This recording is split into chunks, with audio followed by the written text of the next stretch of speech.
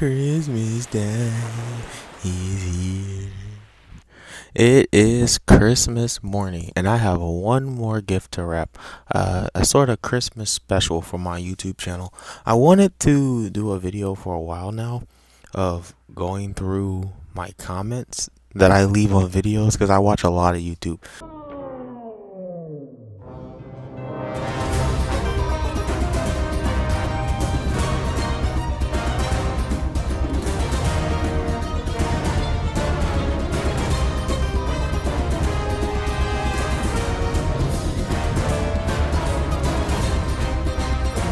Through the comments I leave on different videos.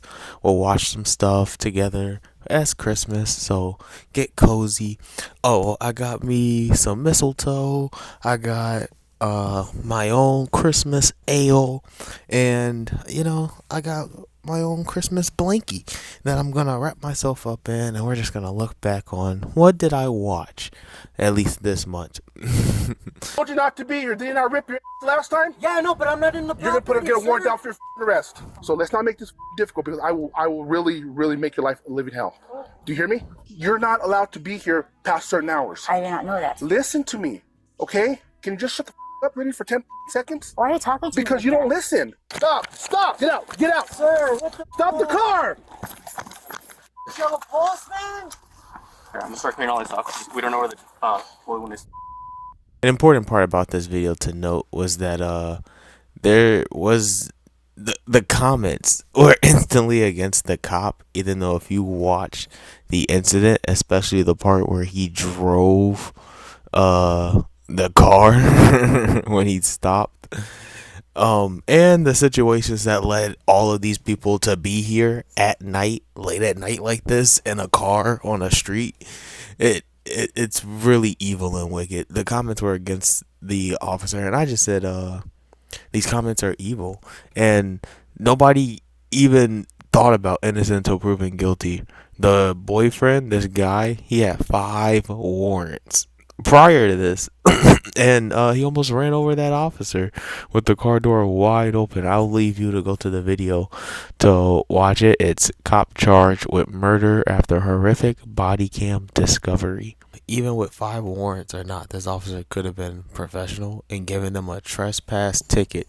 To me, it sounded like they knew they shouldn't have been there. Notify Jesus of his arrest for said trespassing and left. He's like, just let them off. Just let them do whatever they want. And I'm just like, I just responded, you're the type to date somebody with 5 warrants and then do criminal activity like trespassing and then be surprised when the cops show up. And then he says, no, I'm the type to watch and see what kind of person you are, then decide if I want to date you or not. And it's like, well, clearly you're the type of person to hang out at an old folks home at 2 a.m. or however late it is. So weird. Opinion-driven content hasn't alienated its core audience. I don't feel like they're caught in between anything. I haven't seen anything that's been onto what they do. And I think that that's why people have turned to YouTube, they've turned to X, they've turned to citizen journalism, because you're getting a more honest version of that. You're getting a less corporatized version of the news that's at least not in lockstep with the state. CNN, all of these things have just become mouthpieces for the DNC, and people have woken up to that fact, and even people that are inclined to vote Democrat are realizing that, like, wait a minute, I'm kind of being fed a line of crap here, and I'd rather know what's going on. People are turning more towards harsh truths than comforting lies. Their best bet to get people back and regain trust is probably to just be a lot more honest about what they're presenting and about what's actually going on in the world, because nobody trusts the news and they really don't trust the internet anymore. I have a comment I left on my favorite prank channel. Yes, a prank channel in 2024. This is Brendan. And I just say, what kind of prank leads to the store making money? What a revolutionary, great shorts. I do love his shorts.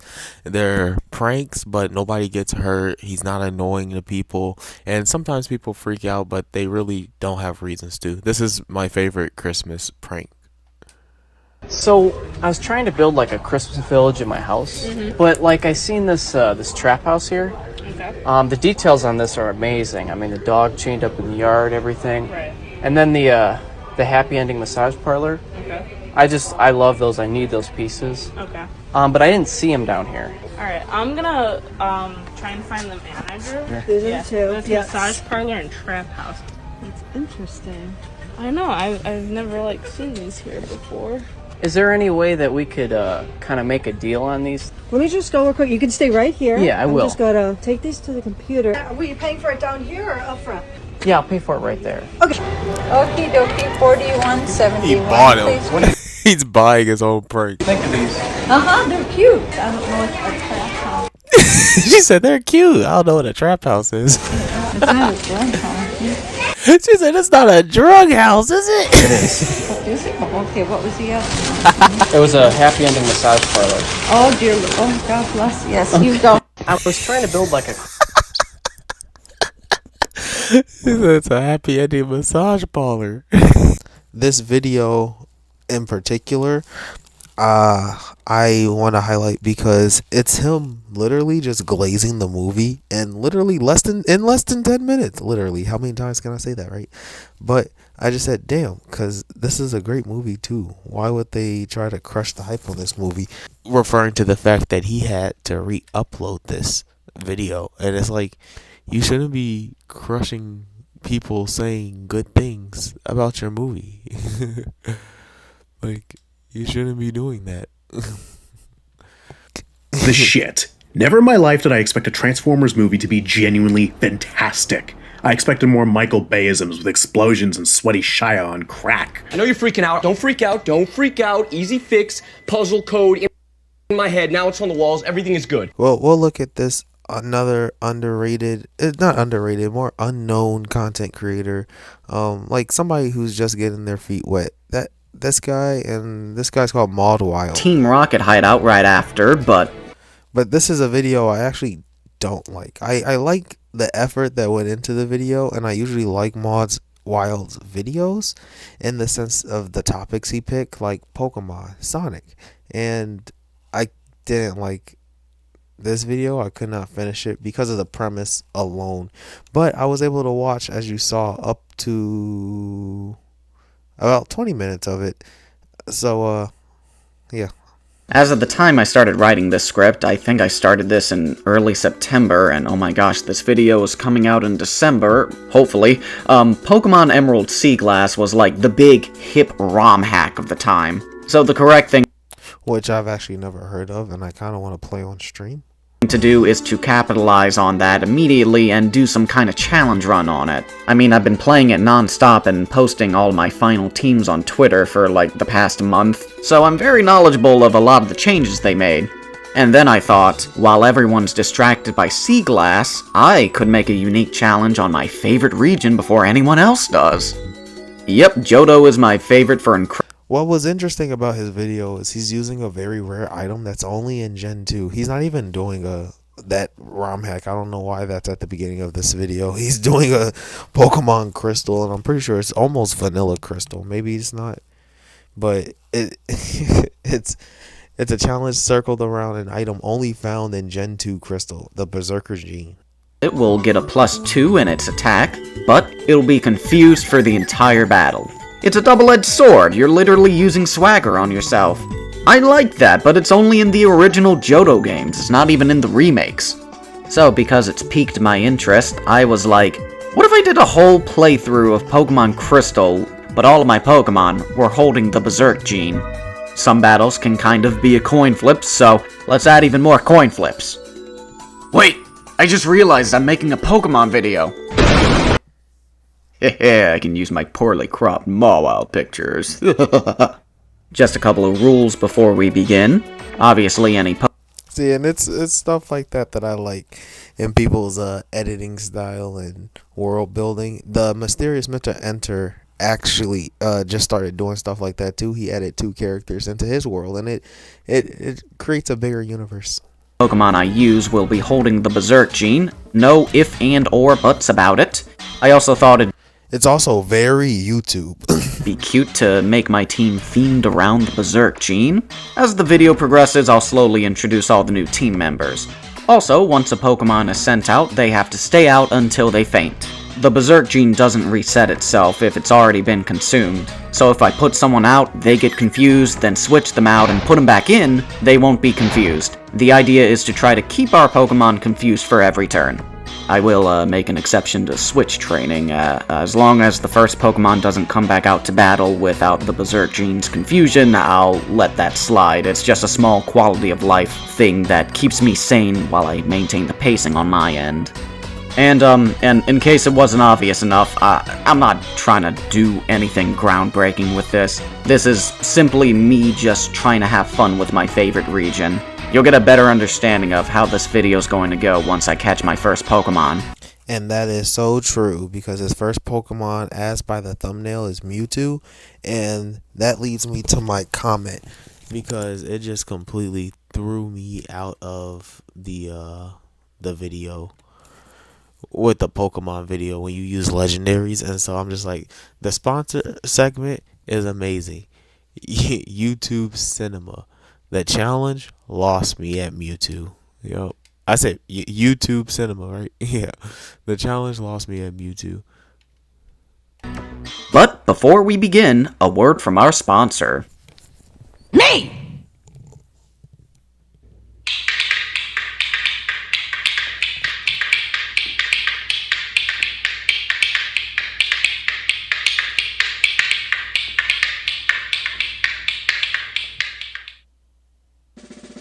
So, upon... We're going to get to our next comment. Please check out the video if you liked any of that. And, yeah, that's Maud Weil. Very cool, underrated little YouTube channel. I like his Sonic stuff. He is Sonic Wii games. My era. The next thing I want to talk about, because... yeah, the next thing we're going to talk about, we have 3 more comments type things. We're going to go back to Thinking Critical, or we're going to talk about Thinking Critical, because I love Thinking Critical. I like their channel a lot. They talk about comic books, and they also talk like about real topics. And in this video, there's only one leader of DC Comics Titans, and his name is Dick. I have been reading the All In Titan series since it started, because I just started my comic book collection in 2024, and I'm loving the Titan series, which is hilarious, because I also watch a lot of Spider-Man YouTubers, which we'll get into some comments I left on those videos later. And in Thinking Critical's video, he talks the current Titan run. He's talking about the story, and we're 3 issues in, and every issue, I can't stress this enough, has action and character development, not for all the Titans, but for the main Titans that we're trying to push character development for. And the main character of the team is Donna Troy and kind of Nightwing. The plot is if you haven't been reading the new Titans series, well, it's not new, it's a continuation of Tom Taylor's Titans, but with a completely different direction and a new creative team. John Layman and Pete Woods, I believe, are on it. There's a new leader of the Teen Titans, or the Titans, whatever you want to call it. I think it's Titans right now, but I still call them the Teen Titans because it's the same team, and they're absolutely amazing. And there was a time when Teen Titans was probably the best-selling book at DC, and amongst the best-selling books in all the industry, if not the best-selling. Obviously, you got to go back to the Marv Wolfman, George Perez days, where we had a young Dick Grayson Robin come out of his shell, become Nightwing, the leader of the Teen Titans, and put this thing on the map for a very long time. I still love the Titans. I did not like the Tom Taylor series, and I'm indifferent right now, thus far, with the John Layman Titans. It hasn't really hooked me yet. I'm going to stay on because I do love the Titans so much, and as long as it's not bad, I'll probably continue to read it. The Pete Woods art is perfectly fine. Not great, but perfectly fine. There's a new leader in town. It's no longer Dick Grayson, the normal leader of the Titans. It's actually Donna Troy right now, which I don't particularly have a problem with. But there's an article out on the Screen Rant that says it's time for Dick Grayson. And he goes through the article in his video. But I've been loving the Titans. And he goes through that Screen Rant article through his video, and you can hear his ideas about it in his video. But I have been loving the all-in stuff, especially the Titans. I've been reading on my channel, like I've been telling you before, and I'm happy that he's talking about it. But they made it clear in the book that it is temporary, as it should be, because I agree, Dick is the leader of the Titans, but he's too busy running his own book in Bloodhaven and Nightwing. He's running his own book. So they're like, it doesn't make sense for him to lead 2 books if we want to push more characters, right? And Donna Troy is a very logical character. But the conflict comes in with her and the team because she's egoing a little bit. She's like, no, we're not using the Justice League Watchtower. We're gonna go underground. No, we don't need help from them ever. Like, she's egoing so hard. And another big plot of the game, just like in Ultimate Spider-Man, there's gonna be a crime syndicate or a Sinister Six. So like they're dripping all this stuff in, and it's fun. Like, there's action. Like in the most recent issue, they fought Mammoth like it's the old days. Just like it's the old days. Mammoth is just attacking, and they're going in, and they're just like, hey Mammoth, stop it. They're gonna beat him up. And it's fun, dude. But like, we learn in the background like why Mammoth was actually attacking, and it's fun. You gotta read it. And we said it on let me see if I can find it, because he's like, why are people reading the book? We're not reading the book for Donna. We're reading the book for Dick. Dick put ass for the moment, or I'm working for Donna fucking Troy here. Can't we find a little bit better place than Titan's tunnels under? His teammates have concerns. Dick usually steps in. Donna Troy getting some leadership. She's been such a psychotic fucking killer over in the Wonder Woman series from Tom King. And I haven't been reading the Wonder Woman series, but I left a comment because I've been reading people's reviews on it, and I think I read Thinking Critical's review on it, or I watched it on YouTube, and I think I remember I said, didn't Donna murder Grundy? Because it was like Donna, some other girl, and Wonder Woman. They went off in 3 separate missions at the same time. And I think Donna murdered Grundy in cold blood. And like took what she needed and left. But another reason we're reading is for Speedy. I've always wanted to see Speedy back in comics, bro. Like the team of the Teen Titans, that's so good. We have a lot of good characters that we want to see. Raven, Starfire, basically all 5 of the Teen Titans, Beast Boy, Cyborg. But then Donna Troy's a legacy character. Like, that's a comic character that didn't make the show. And then Speedy, which is like he made the show, but he didn't make the team. So speaking of Ultimate Spider-Man, I watch reviews, Spider-Man YouTubers. And one Spider-Man YouTuber I like a lot of. Kraven's Last Hunt might just be comics' greatest character study. It's Finn Suto II. And he made a video on Kraven's Last Hunt, which is like a Spider-Man story that I do not understand. I truly do not understand it, but he helps me try to understand it. And I've seen Kraven's Last Hunt, I read Kraven's Last Hunt, I've seen people's reviews on Kraven's Last Hunt, and I came to the same conclusion. I think it's a trash story. Watching YouTubers try to herald Kraven's Last Hunt is so amusing. It makes me laugh.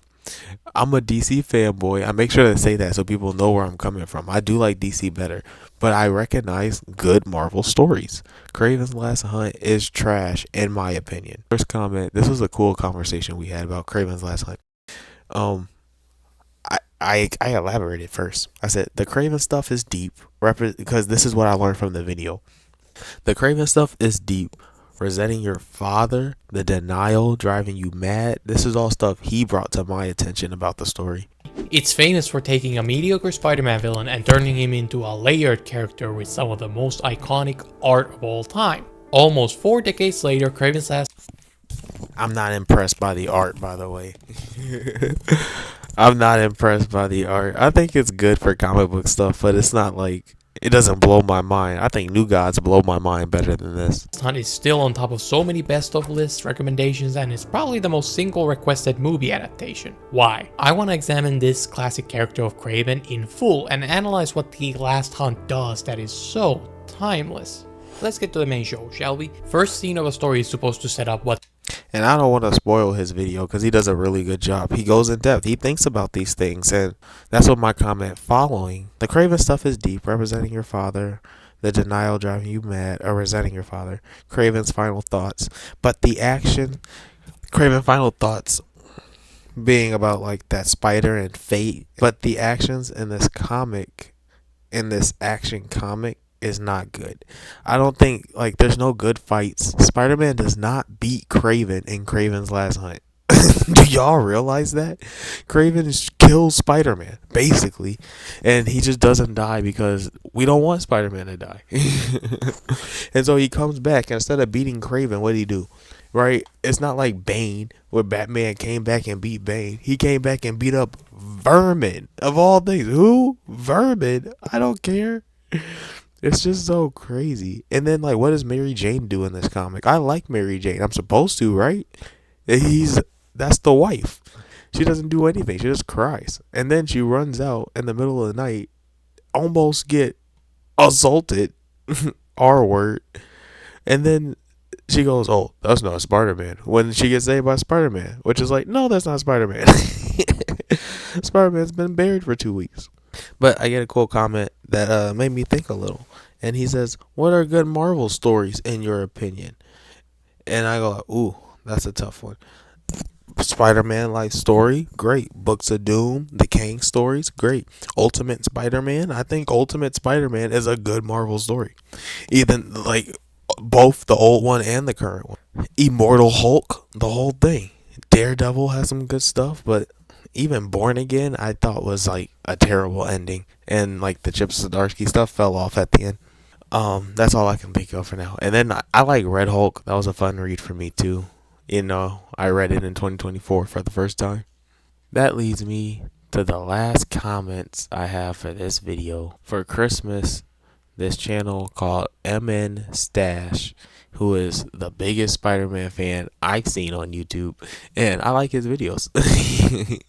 He got popular for crapping on Zeb Wells, but he made a Spider-Man Christmas, Ultimate Spider-Man Christmas, Jonathan Hickman. He said it's a masterpiece. Like, the glazing is huge. It's nowhere close to a masterpiece. It's a decent issue. It's even a fun issue, but like, I'm not buying it. Ah, Christmas. The time of year when the light shines bright, the snow falls softly unless you're in Australia, of course, and the family drama hits harder than a goblin glider. It's a season of joy, giving, and maybe, just maybe, he has a lot of keys, as you can see. a little bit of holiday magic. I had to get you He has a lot of statues. He has the Spider-Man mask. something. Here. I hope you like it. You didn't have to, really.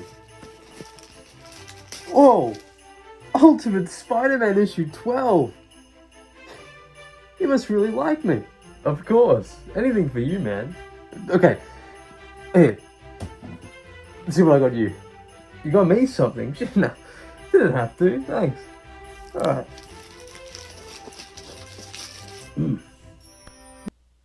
That's a nice TV in the background, too.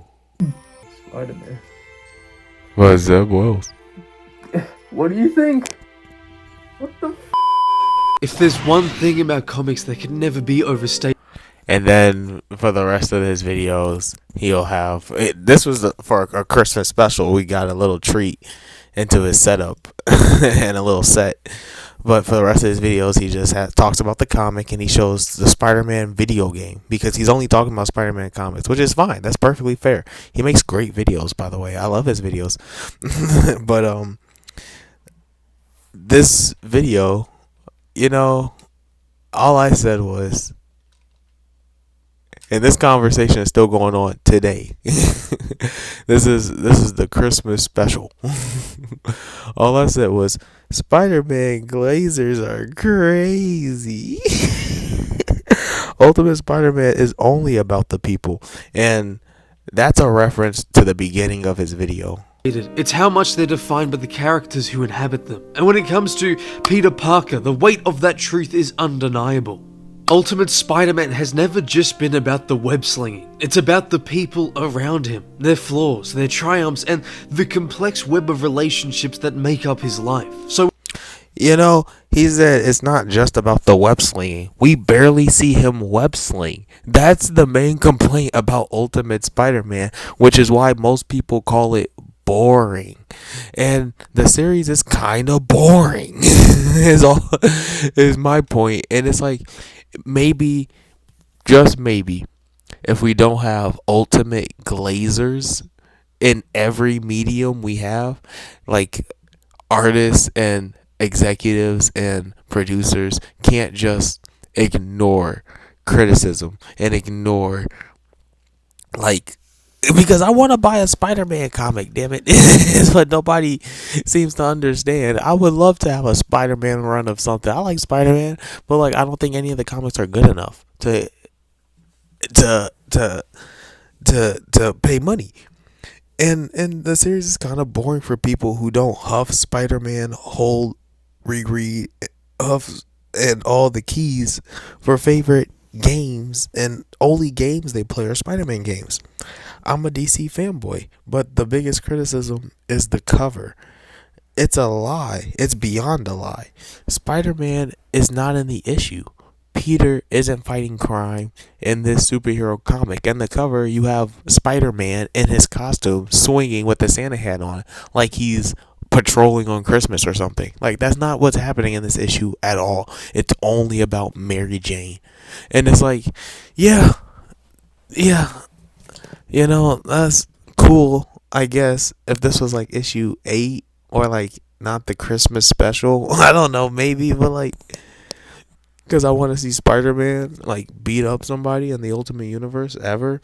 And the biggest criticism is the cover, yeah, which is what I was just talking about. But Spider-Man's not in the issue. Peter isn't fighting crime in the superhero comic. He doesn't even wear a Santa hat in the comic. But yeah, the old people sexual tension was masterfully done, because there's also a love triangle plot between Uncle Ben and Aunt May's old people. Oh, and it's like, yeah, it was done fine, I guess, but you know, it's like it was done fine, I guess. But this guy, Luar, blah blah, I can't read his name. He says, I agree about the cover thing, which is cool, but saying Spider-Man is only about the people is dumb. Just because there is no action and gore 24/7, man, we barely get action half of the comic. It's almost like 80% of the comic they're just talking. He said it doesn't mean it's bad or a boring comic. Peter and Harry are literally trapped by Kraven right now. And what's the whole Kingpin thing? Oh, I don't know. They don't show us. That was action. No, it's not. They don't show us. The Black Cat thing? What? Who cares? There's nothing happening. They're just introducing stuff. That was action too. What I mean to say is that this book balances out action in Peter's life. We get to see more characters being fleshed out in the book, and Peter's symbiote thing being in their life too. So it's not always about Peter sometimes. And I'm saying it doesn't. We didn't see Peter get kidnapped though. We didn't see Harry get kidnapped. We didn't even see what they were doing. How many villains have Peter fought this year? How many feats did Peter accomplish to show his strengths? He lost to the Kingpin. So maybe you're right. Peter losing is iconic. Like in Kraven Last Hunt, where he just got shot and buried. He lost to Kraven. He did not beat Kraven. He said, my heroes win and they look good doing it. DC heroes. I like that comment. But I don't think it's dumb. I don't think it's valid criticism calling me dumb. It exposed your spider bias. And then I got a comment from Stash. He says, I think you said it yourself. You're a DC fanboy, which I hope doesn't mean you just ignore all my points and criticism about the book, because I want to like the book. I would love to buy. I still think I might buy the first volume omnibus, but like I would love. I only want. Comics are expensive. These are $5, $6 comics.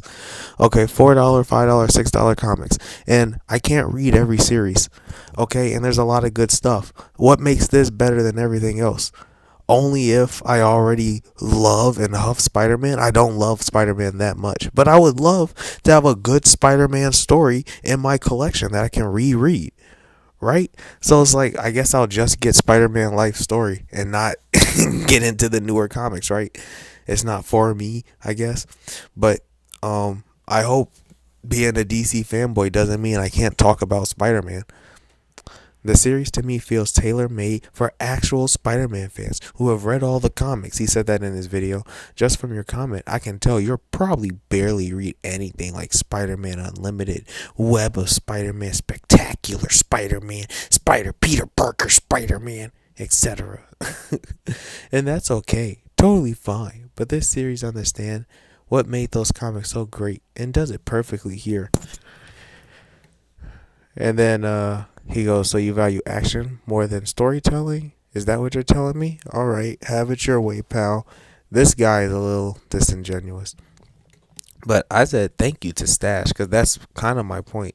It's an outsider's perspective, which is the majority of comic readers, not an OD Spider-Man fan. This is one of the best Marvel stories right now, and if it only appeals to hardcore fans, and the biggest complaint being lack of action, I would think you guys would agree with me. I would just think you guys would agree with me, right? But question, there's flaws, and I think there are some blind spots in the glazing. I'm a DC fanboy, so you know where to come from. Just in, he just commented 13 minutes ago. Let's see what he says together. He says, there's literally both in the Ultimate Universe. Action, storytelling, and literally development for other characters. He says literally a lot like me too. Some ASMM and other DC comics are mostly just action and stories of the main character. USM focus on other characters too, and Peter himself simultaneously. So that is maybe the reason for lack of action. But the action is still there. Kingpin, Sinister Six, the technology symbiote, Black Cat, Craven. Are these action not enough for you? This is only the first year of the comic, and has it still not a great story for Peter? The action was there, so I don't know what more you can ask for. I can ask for more action. This is crazy. I guess it's good I'm making this video. So he said there is action. We're a year in. That's 12 issues. In 12 issues, he fought Kingpin once. Sinister Six, there's no action there. All they did was come together. They didn't fight Peter. Only one of the Sinister Six fought Peter. Black Cat, that was action. He fought Black Cat once. The other Black Cat, he didn't fight. She didn't even say anything in that issue. Again, Craven, that was this issue 12, which happened off panel. He's like, these are actions. That's less than 50% of the book. I can ask for more action. Hey, those fights. Dude, that's less than 80% of the book. You can't even fill out one of those issue. As in, like, a fighting issue. The Sinister Six stuff wasn't action. They were talking off panel. And even half of it was on panel. But all it was, hey, I got a hit out on these guys. And the only thing that happened was one person went after them. Black Cat. They didn't all jump them. It wasn't huge action. It was one person. And Craven, that was this issue. And it was off panel. What is he talking about? He says the technology symbiote, that's not action. He's not punching the technology symbiote. He's not fighting the symbiote, which was also this issue. The symbiote only became a problem in issue 12. Prior, it's just his suit / Octavius doing technology. This isn't action. That's still just them talking about what they're going to do. For 12 issues. But Another thing I have about Ultimate Spider-Man, which is why I haven't bought anything about it yet, because I don't want to put money onto it, because I don't think it's going to last, because it's not great and it's not rereadable for me, because I don't huff Spider-Man copium. Why does Ultimate Peter Parker want to be Spider-Man? Can you answer that? Because it's only adding risk to his life, and he has a wife and kids to protect. Not like our Peter, who became Spider-Man as a teenager. He had nothing to lose. Why does this guy want to be it? And it's not even like, oh, I want to find out what happened to our universe. Like, he's not investigating the Maker or joining the Ultimates. He's just living his life like he always has been. And for 12 issues, he's been like trying to figure out how to be Spider-Man, I guess. But why? He doesn't want to be. He shouldn't be. Recently, bars, Mary Jane was like, this is getting dangerous, right? Because he lost to the Kingpin. He lost. So, it's to make New York safer, right? But he took on Kingpin and lost, so he's not even doing that. That's all I have for you. I recommend his video. Enjoy the glazing, but also like just know it's not really that great. I don't think it's like it's probably the best thing that Marvel's putting out. But if you ask Thinking Critical, that might be Spider Boy. There was a couple Spider-Man issues or Spider-Man reviews he were doing. I think I have the comment for it too. I just think it's so funny when he mentions like, man, the best Spider-Man book might just be Spider Boy. Merry Christmas. Happy New Year. Hopefully I'll see you again in another video soon. Oh, when this goes live, I'll probably be streaming on Twitch, where I'll be playing Pokemon Legends Arceus, and I'll be trying to complete my Pokedex. Other than that, I might be live streaming on YouTube, where I'll be reading comics. See you in the next one. Thanks for listening.